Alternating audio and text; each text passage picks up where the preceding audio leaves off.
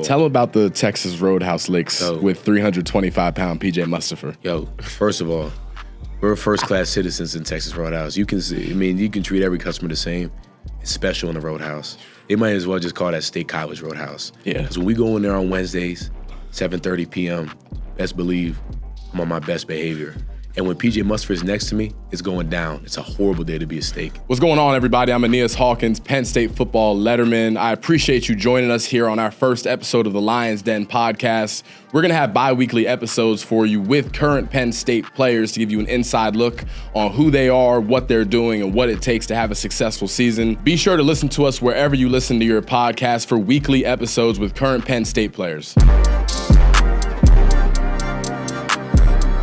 Welcome to the first ever episode of the Lions Den podcast. I'm your host, Aeneas Hawkins. I'm joined by two guys who I love dearly, Nick Dawkins, Jerry Cross. How you guys doing today? Fantastic. Man, I'm doing well. Thank you for having me, Aeneas. Long time coming, man.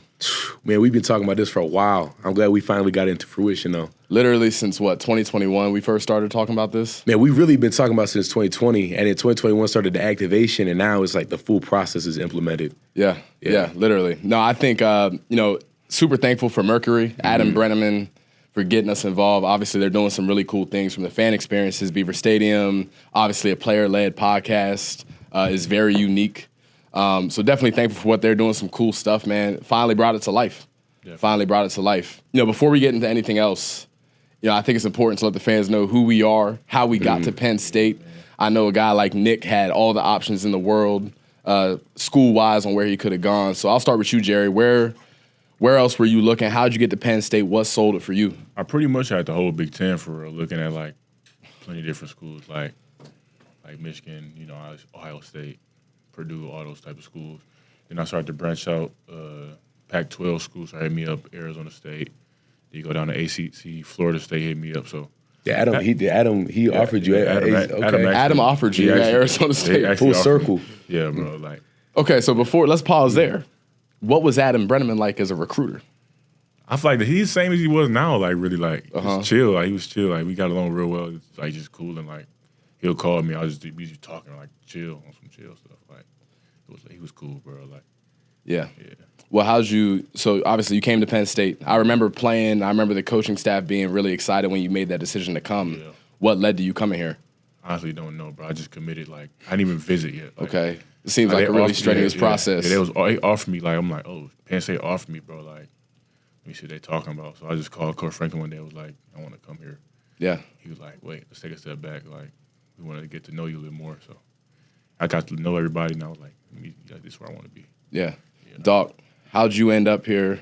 Tell us your story. Not like that. I definitely didn't think of that. Let me see what they're talking about, and let me just make my life decision and go across the country at Penn State. Man, so I had an interesting recruiting process. From the outside looking in, it just looks like a normal one, but didn't really know too much about the recruiting process. Didn't have social media for recruiting. I was just on Twitter watching stupid videos and took a visit to Rutgers. I had a family friend plug me in with them. Got there, told them if they offered me, I would commit. I committed. They offered me no, this is straight just you talking. You was hungry for that offer. Yeah, I was just wanted to man. I was just trying to be D1. Finally made a Twitter, started getting offers. Rutgers upset, what's going on? Just kept growing through the recruiting process, got a bunch of schools. I was a late bloomer recruit, so kind of popped up out of nowhere, blew up.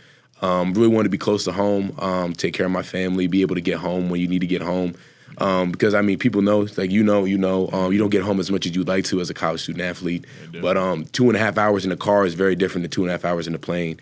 So culture felt right. Coach Franklin, just in general, Happy Valley, the atmosphere. We're all here because that gut feeling. And, I felt confident. But Aeneas, let's talk about how you got here. Listen, man. The 7-star recruit, Aaron Donald of Cincinnati. The Aaron Donald of Cincinnati is crazy. Man, yeah, it is. My story's a little bit different. It's well documented. So I played JV my sophomore year. I wasn't good enough to play on varsity. I did go to Powerhouse. We had some other D1 kids, so I kind of got stuck down there. Wasn't taking the weight room serious. At the end of that season, I dropped a highlight tape. You know how it is. You're going to drop a tape regardless, right? Stay tuned, yeah. So I put it up, not thinking anything of it. I get off a plane one day, it's spring break, had no recruiting interest. I decided, I wanted to play football at a high level. Yeah. But I was a JV football player, right? I get off this plane, Florida State calls me. And they offered me a scholarship out the blue.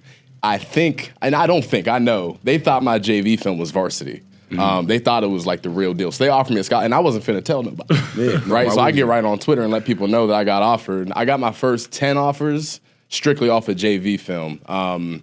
Coach Franklin and his staff offered me. I came up and visited. I was an Ohio kid. I'm from Ohio. Everybody from Ohio who's a good ball player seemingly goes to Ohio State, especially back then. But when I came up, man, Franklin and his staff just made it feel like family. Like, I walk in Franklin's office, he's got 90s, Biggie playing, my pops is dancing, my mom is crying going into Beaver Stadium. I'm like, yeah, it's over. Like, I gotta come here now. Ended up playing varsity the next year, too. Did pretty well. Okay. But yeah, that's how I got here. To me, like, I tell kids all the time, one of the things that sets Franklin apart is in recruiting, he knows how to go after the parent. Like, he gets the parent to fall in love with the institution, all the things it has to offer. And, like, realistically, now that I'm done playing, I do see the value in being at a Penn State University. I see all the things that they provide for their student athletes. So that's how I ended up here. But don't get it twisted. Sometimes people hear that I played JV, and they're like, yo, I would have got with you. And from your experiences, like, I'm not an easy W for anybody. When you have to point at me and validate that statement, okay, that definitely calls for you to go back and think about that for sure. Right. I wouldn't easy W. I don't think that's possible in college football. Okay. But I'd say you were an easier. Easy. So would you say you were the catch in college football coming in recruiting wise? So look, okay, so I was 6'1", 280. That was like, you know what I'm saying? People were saying, okay, this is like the Aaron Donald pro. I'm not saying they were saying I was Aaron Donald, but that was the pro. I came in with PJ Mustapher, who's 315 out the womb, big kid. Like, that's not what I was. You know what I mean? So people, to justify them offering me, is like, okay, he's the Aaron Donald type. That must be what he is. Yeah. They didn't know at the end of my career I'd still be running a 5'3", 40. You know what I'm saying? They didn't, it's hard to project that. Now, do you think the development was a mentality thing? Do you think you just didn't have the heart? Is that what? I just lacked the hustle necessary to be good in college. Like, you had the tools, you had everything. You have lineage in the NFL. Yeah, whole family played in the league. Why didn't I get off the scout team is what you're asking. Yeah, and that's a fair question, too. You excelled in your role, though. That's one thing about you. I did, and that's one thing Franklin preaches. Know your role, excel in it, make the team better, right? So, that was the focus. 4 years on the D squad is a long time. It's a sentence. A very long time. And I wouldn't wish that on nobody. Not on nobody. Anyways, man, this podcast, the cool thing about it to me is it's unique in the sense, you guys are still in motion. Like, you guys are practicing, you're playing games still. It's a player-led podcast, the only one of its kind. And we got an ability and an opportunity to hopefully give Penn State fans an inside look on how we're really living, the things that we're thinking as players, and all those types of things. And that's what we want to focus on. Yeah. And I think, like, the authentic part about it, right, is when people always talking about inside the huddle, like behind the scenes and everything like that. People think that it's automatically about the sport we play. Like, we're just in the house talking about ball. Sure, that's part of it, but really, at the end of the day, we're young men that are growing into who we're going to be, like, maturing. Like, we're really growing up together and, like, becoming men together. Yeah, so a lot of, like, the topics that we discuss and talk about have legitimately nothing to do with football and everything to do with football. Yeah. Just growing up together. I'm like, just like with Jerry, like, that's how me and him kind of got acquainted, was his love for designer clothing and being an entrepreneur. Like, he has a clothing brand, and he's from a freshman, he had been running it. Yeah. He wants, like... Yeah, like, for me, how I look at it, like, football is like, it's football, of course, but, like, it's building blocks to, where you want to go in life and things you want to do. So, like, for me in high school, I decided to, like, start my clothing brand. Like, I'm 16 years old in the barber chair getting cut up. I'm talking about it. My barber, he like, what stopped you from starting it right now? So I'm like, I don't really know what's stopping me. Then that following day, I went to go start it. I'm like, let me just do it. And ever since, I didn't regret it. So. Yeah, it definitely just football stuff. It's been teaching me a lot of just about life and growing. Like with the clothing brand and just getting to know different people. Like Doc, like me and him bounce our ideas off each other. Like we help each other grow. So it's just definitely been helping me out. Iron sharpens iron. Definitely. And you and I too, man. Like how we really got like closer was just our personalities, like just bounce like larger than life personalities, and how can we implement that into developing content and like showcasing that, and just. In general, showing Penn State like that we're more than football players. I think that's how we kind of really got acquainted too. For sure, 100%. And that's the biggest thing, That's one of the cool things that with NIL, in my opinion. It gives guys an opportunity to showcase, develop, work on things outside of the realm of just being a really good athlete. I'm on the other side of it. Like, at some point, in all seriousness, that clock is going to strike. You're not going to be the same football player you were. And you better have a plan and a way to go provide for yourself, your family, and continue to elevate. Because what happens with a lot of guys across the country is they get done playing football and they get stuck. Yeah, man. And it's tough. And it's hard on not just, sustainability-wise, but mentally. Like, that's a really tough place to be in. So it's cool that we can do stuff like this. Yeah. Get on the mic, keep it real. I know there are athletes around the country who are going through some of these things, right? So to focus on that is definitely cool, man. Definitely cool. Let's keep it real. You guys just wrapped up training camp. Yeah. Off season is a grind and a half. And until you experience it, it's tough to really understand just how crazy it really gets. From winter workouts, spring ball, just wrapped up camp. How are you guys feeling with all that's been going on? Yeah, fall camp was definitely, for me, it was a time. Like, it was crazy. Every day waking up playing and your body feel like tearing apart. Like, it's different. But I got through it, though. So for me, this is really my first, official, fall camp since I heard last year. So it was definitely something that I grew in. First real camp. Yeah. So, okay, body breaks down, mental breaks down. Camp is long, man. It's every day. How did you push through that? I had no choice but to, we got to go. You got to go. As Coach Yercher says, you got to go. Like, nobody's waiting on you. Like, Coach Franklin yelling at you, you got to go. Like, they don't care how your body feel. You got to go. Got to roll. Yeah, you got to roll. They want the best out of you, so you got to show them it. Right. How about you, Doc? Man, I don't even know why they call it the off season at this point. Like, we're full go. This is an all year round sport, baby. Like, you talk about football, man, we're always doing something. You turn on Penn State Football on Instagram, Twitter, we're doing something. Someone's yelling, someone's running, someone's lifting, someone's getting hit. Like, it's all year round, man. So, dude, going to year 4 now. My first camp was a little different with COVID and everything like that. But my this year, coming off the injury, feeling truly 100% since I've been here, and being able to get into a real routine. I think that's part of me being a vet now, which is weird to say. I'm an older guy. Old head, dog. Yeah, I'm an old head now, man, and I still feel younger, but at the same time now getting in a routine. I got young guys following what I'm doing before practice, or I'm telling them what they should be doing before practice because I've seen it. Yeah. And just being able to get in there and know what I'm doing and seeing young guys develop, not even just on the O-line but on the D-line too. Yeah. Yeah, I think, just to circle back to one thing you said, all year, is whistles going, is people getting hit on the field. It's literally nonstop. It's funny, I come into Lash now and visit, I start hearing whistles, dog. It's like PTSD. Yeah. My heart started pumping. I started looking around for where I was supposed to be at. It's no joke, and it's all year long. Yeah. It's all year long. Now, as far as the weight room, I just saw a video of my dog, Nick Singleton, power cleaning some ridiculous amount of weight. Freak. Who are the other freaks, the other dogs in that weight room? Who's been killing it? Man, I say J.J. Vandenberg, dang near our whole D-line squatting above 500 pounds. It's crazy to see. Zane, Deny strong. He's strong as an ox. Deny's about to be a problem. Yeah, there's a lot of specimens on our team right now. This crazy. It's not normal. Yeah. Dude, I was just about to say, Deny is lifting heavy is one thing, but the mentality to lift heavy, man, that guy's in there barking. But you got 5-something on the bar, barking, smacking himself, getting his mind right. That's at that young age to have that, just get to it, just put in work, put your head down to work. Him and Chop feeding off each other in the weight room was real instrumental. I think for that D-line, they had that whole new approach. With Coach T, Coach Tyrone Smith, y'all don't know. I think he implemented that dog mentality, especially this. Yeah, T definitely bringing energy.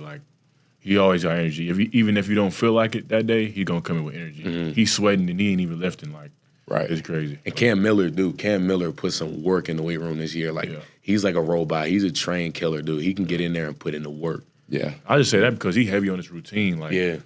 He heavy on his routine. He do everything right. He always getting extra work in. That's somebody I say that's really focused, and he gonna be great for real. From the outside looking in, and this is, when I talk to other people about how I feel about Penn State football this season, I always tell them the vet leadership that's in that building, the competition that's in the building, the depth. There's so much talent in the house. And you got a guy like Denai Sutton, who is as talented as anybody in the country, and he's going crazy before squatting 500 pounds and is really getting to it. It elevates the standard, and everybody's got to compete. Have you? You guys have felt that this offseason? Yeah, definitely. Especially with this team, this year, you can feel the energy. Everybody is held to a higher standard.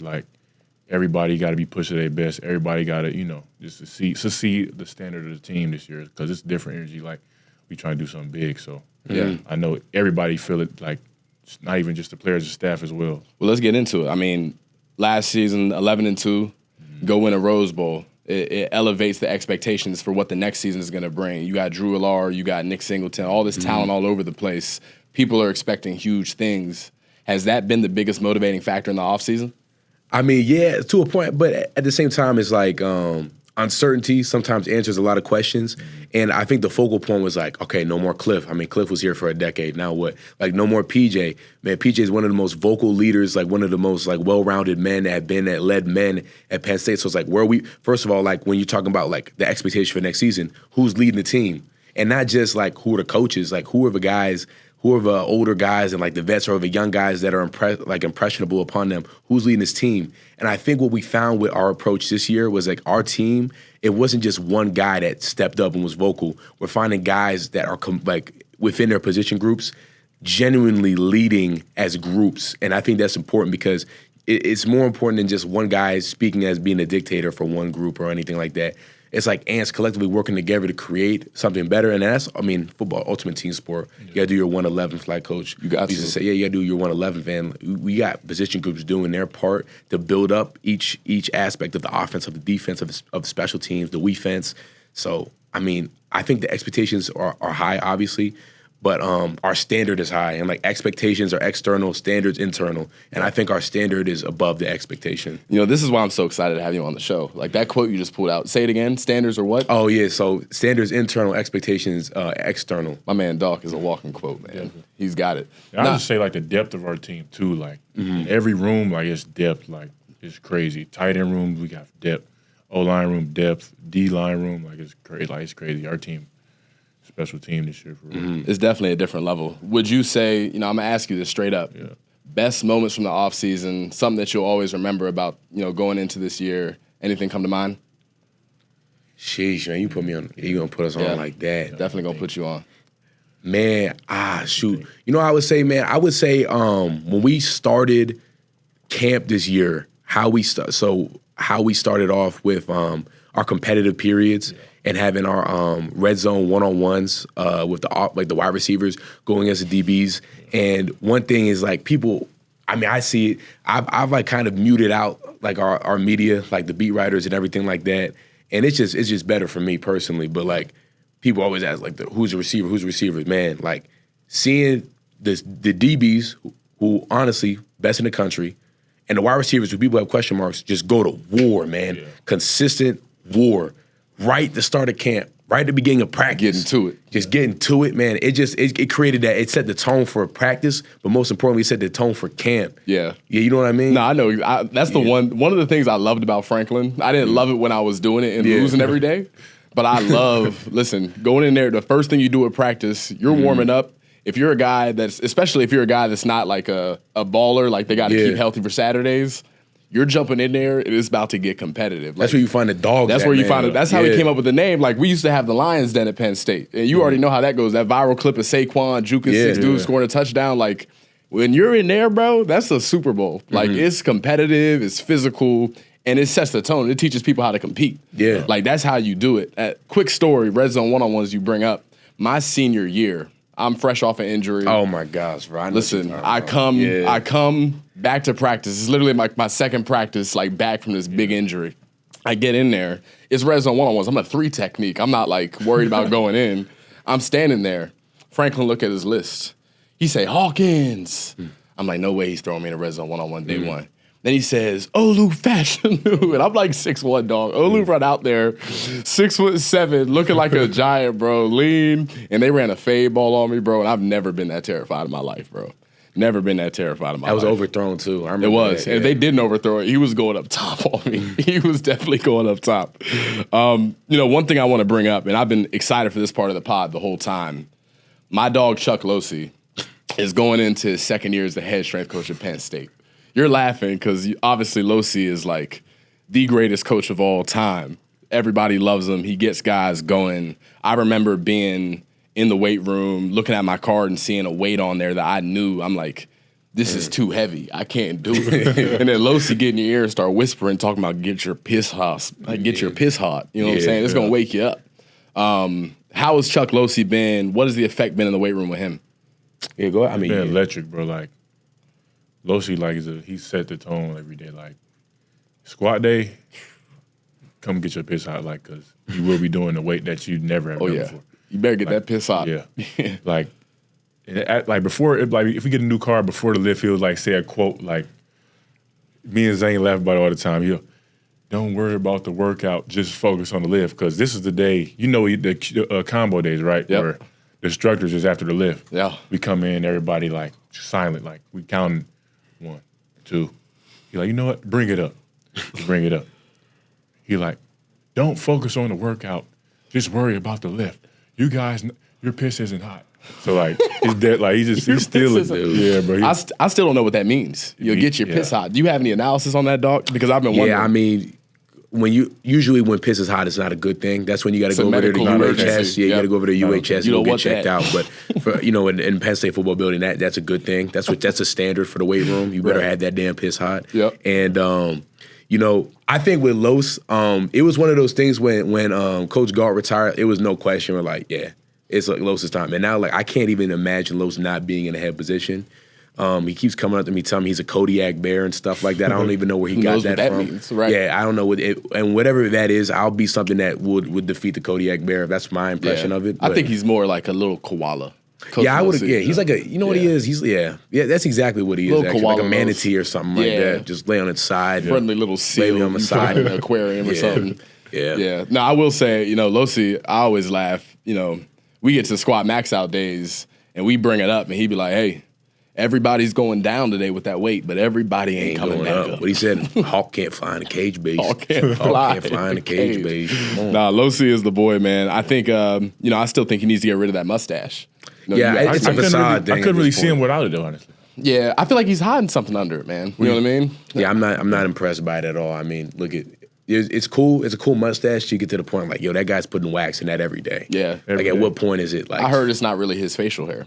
Yeah, I believe it was like kangaroo hair or something like that. He on the upper lip. Yeah, but not even from Australia, from New Zealand. Oh, what so New it wasn't Zealand? even like a tough, like it was not even one of the tough kangaroos. Yeah, not even like a tough kangaroo. My dog went to a Dollar General kangaroo. Yeah, exactly, dude. That's what I'm talking about. That's no good. That's no funny. Good. Yeah. One thing I want to talk about with you, dog, specifically, even you, Cross, like tight ends are blocking the D lineman a lot. I'm a former D lineman. I'm ecstatic about the guys they got in that room. Not even just the starters, the depth they have behind them. We already mentioned Zane and JJ behind them. Denai Sutton. These are guys that are potentially not even going to be named as starters on Saturdays, and they're going to have a giant impact. How have you seen their development? Are they as talented as I think they are? What's that experience been like? You start. All right. So, this camp you really get to see because, camp 1, camp 2, like the practices and such like that. Shells, Yeah, shells. Like everyone's going to come out hot. You know what I mean? Starting off camp and everything. But you really get to see how guys really are once you get to the middle, towards the end of it, when everyone's kind of beat up a little tired and everything. And, man, they just kept working. And, like, I will say, like, the weight room has absolutely translated into the field. The guys are strong. Man, like, guys are, we really got to work on those double teams. And, like, in theory, double team is 600 versus 300. Yep. Like the right way. You got 600. You got 2 guys versus 1 guy. Theoretically, you take that guy and put him over there, no questions asked. But when you got guys that can split a double team, guys that can just sit on it, man, use that like an 800-pound squat, like you really get to see that. I'm excited to see these guys work against other guys that have no idea what's coming. Yeah, I would just say look at day 6 and install run.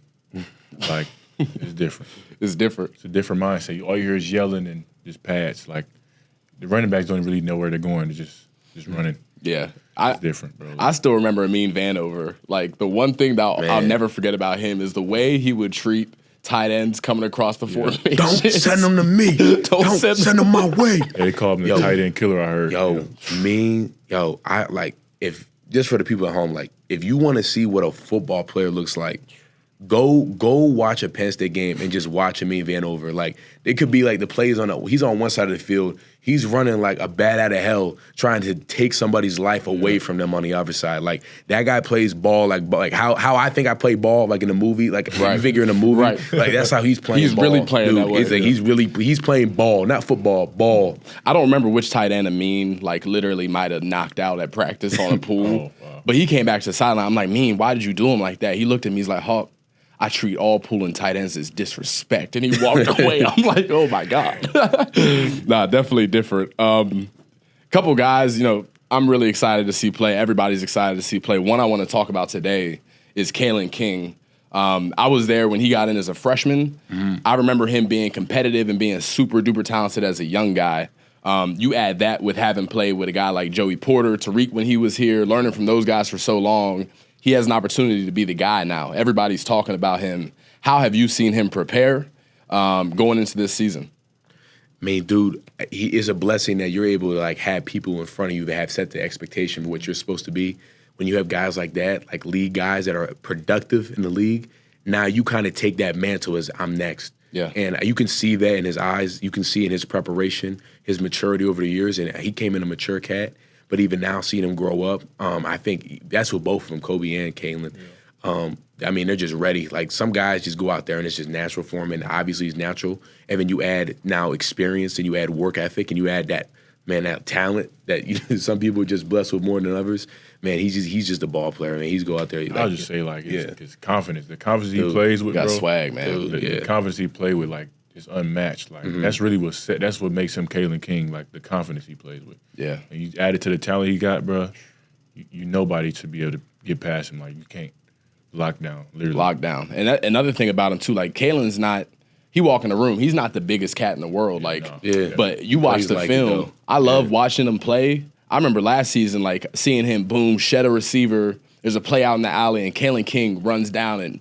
Like rocks him, like hits him. Like he's got that dog in him. Like he just loves it. Man, that's just like our DB room, bro. Like even look at when remember we played Michigan State. Man, it was at Michigan State 2021, and we were out there catching picks. It was so cold that game. The Greyhound got off the Greyhound bus and got in the back seat. The Greyhound got off the side of the bus and got in the back seat. He said walked on two legs too. It was too cold. Yeah, and they were out there, man. Their hands is frozen, catches. Like man, we got. Dude, our room is just, it's exciting. I can't wait to see him against other teams. Yeah. Jerry, I want to ask you, like, another room that I think is underrated right now. You lose Brenton Strange, second-round pick to the Jags, but you got Theo Johnson back. You got Tyler Warren. You, Dinkins. The whole room is deep. I mean, I played with Pat Frymuth. I mean, four or five tight ends from Penn State since 2018 are in the NFL now. Yeah. How has that room elevated? The depth there, what's that dynamic been like? I feel like it's only getting better and better. Like, we just added two more younger guys, too, so, like, it's continuing to build. Like Theo, this is supposed to be his breakout year this year. Tyler Warren as well. Khalil, he's been getting way better. Of course, I've been growing, and we got two other young guys. So tell me about him. How you like Joey? Yeah, like Joey rap. Like Joey, ball skills. He got great ball skills. Rap all around. Like I see him being the next Pat Frymuth here. Yeah, like that. That's who a lot of people on the team say you remind him of. So for sure, yeah, definitely, I think so too. So, but yeah, our room is deep. Loaded and. It highlights on the trend I want to talk about. We already talked about Losey. When Galt left, he got promoted. Ty Howle was a GA at Penn State. Yeah. And the normal route for GAs is, boom, you do that for 2 years. You got to go to a small school, climb the ladder. Shout out Franklin because he was like, nah, Ty Howle is ready right now. He elevates him. Deion Barnes, another guy, young guy, goes right from a GA to being the defensive line coach at Penn State football. It's no small task. And it's cool, especially when they're guys that played at Penn State. That you're promoting within, like really play too. Yeah, I mean, that's just Penn State, right? That's why you come here and like our alma mater. I mean, look at this podcast. Yeah. Like what we got, like Adam played here. Yeah, it's crazy how Penn Staters work with Penn Staters, and it always will be like that. And it's just like when we talk about Franklin recruits the parents. That's only work for us because when we're growing up impressionable and everything, our parents know better than us. And like when they understand and want to work with him, that just shows the maturity from their standpoint, understanding that they trust him to leave their son with them.